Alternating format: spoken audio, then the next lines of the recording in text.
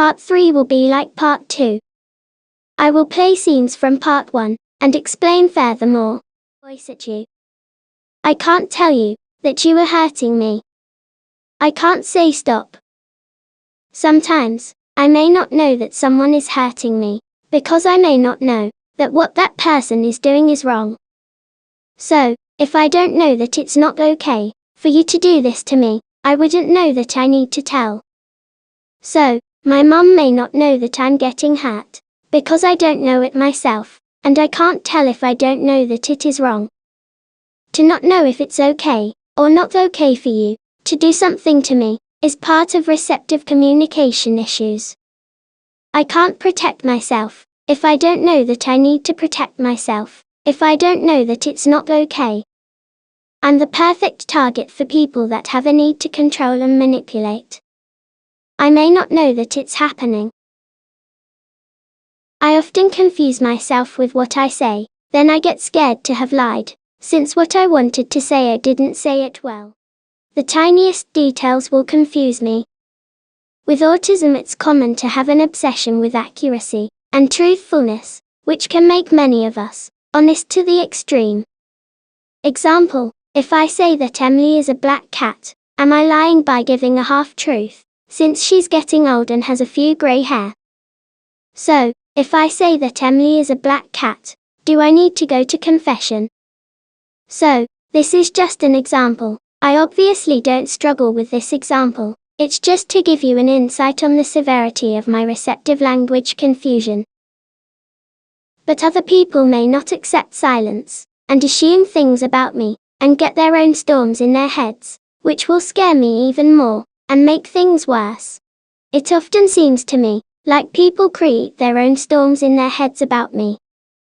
And they worry about problems that are not at all problematic, outside of their own heads.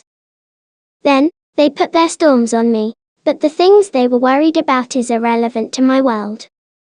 Remember, I'm often younger in my head, so, problems that other people my age would have, I just don't have. So, don't put your imaginary scenarios into conversational topics with me, or you'll scare me, and then I'll get mad at you, because you are bringing me into things that I really shouldn't be brought into, and that I may not be developmentally ready for. And I won't know how to process or deal with this information. Imagination is just imagination, it's often not realistic. Once someone kept on saying that I have 30 years of experience. It always made me uncomfortable to be told this, but I couldn't say anything. I just didn't have the words. Then, one day, as that person said this annoying thing once more, I got the perfect words to reverse it. I said, I have 30 years of existence, not experience. So, you see, it can take me a very long time before I can say something to help others understand, but sometimes, I never find my words, and all I've got is anger. I'm always in confession. Then, I just give up on socialization, and lock myself up, in my own little world. With my cats. Yeah, well, sometimes, I just can't anymore. If you always bring me into things that are more advanced than where I'm at, I crash. And I may not know that this is too advanced for me. Remember, my receptive language, or receptive communication skills, are severely affected. I'm not diagnosed with level 3 autism for nothing. In the moment itself, you may not notice or realize that I really can't handle this. I'm very quiet and unpredictable. And then, one day, I get an unpredictable crashing accident, like two cars that may not have seen each other coming.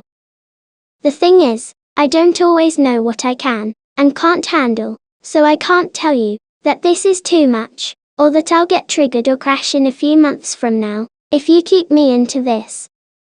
I just don't know. I may seem unpredictable to you, but I'm also unpredictable to myself in many cases. Sometimes, people doubt my diagnosis, and think I'm mildly autistic.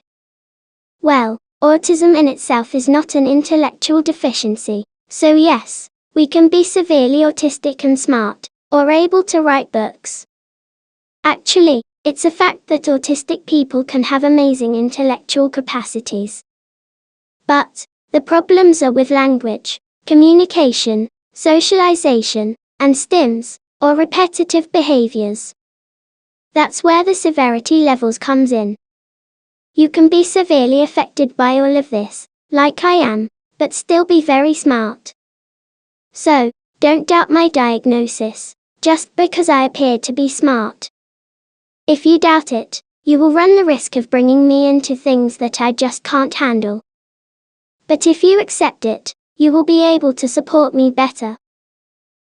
Also, my learning process is based on memorization. I memorize what I see, or hear, but this doesn't mean that I have the concept behind these things, due to severe challenges with receptive language. I can repeat back to you what you said, by typing endlessly, but this doesn't mean that I know what you're talking about. Memorization and concepts are two different things. I memorize everything. So, it can be difficult for people to know what I know, or not, and difficult for people to know what I understand, or don't understand. It's like my memorization skills cover up for my severe receptive communication impairments. My memorization is like a band-aid on top of a scar. You may not see the scar under the band-aid, but it's there. So, I struggle intensely with receptive language, but you may not see it, because my memorization skills covers up for it. This is why I'm so good with music. I just memorize the music, and play from memory. Autism is a very complex condition. Many of us thrive with music. Many of us have amazing memory. And this is why I'm good with Portuguese. I just need to memorize my flashcards. But these memorization skills, and music skills, can really hide deeper challenges, and make me look like a little genius, when really I'm not. I'm greatly delayed with academics. Now, I don't have an intellectual deficiency, so why would I have academic delays? Well, because my receptive communication skills are severely affected, which affects how I process academic information. So, if I'm delayed in math for example, the source of this delay is receptive communication, not intellect. How the information is communicated and given, I don't process it properly to be able to grasp it and understand it. They say that autistic kids play with parts of objects, rather than objects as a whole. Well, I learn parts of subjects, rather than subjects as a whole. For example, I'm good with additions, which could make me look as if I'm good with numbers, but I'm awful with numbers. I'm just good with additions. The rest of math is lost to me. I can't even remember my own address, or phone number, which is interesting, because I can memorize Portuguese verb conjugation, and I once had memorized 3 books or guitar, but I can't remember my address. So, you see how my abilities can be deceiving. But also, my impairments can be deceiving too, and trick you into thinking that I have an intellectual deficiency, which I do not. But that's a whole other problem. If you see the challenges, you can think the worse, and think I'm deficient, but if you see the abilities, you can think I'm a genius, but I'm neither of those. Autism is not an intellectual deficiency. But it's kind of like a language communication deficiency, if I can call it that, just to help you to understand. So, yes, we can be delayed, even though we are smart. And we can be smart, even though we are delayed. Be very careful with how you perceive us, and how you treat us, based on those perceptions. Autism is very, very complex. Autism is a complex neurodevelopmental disorder.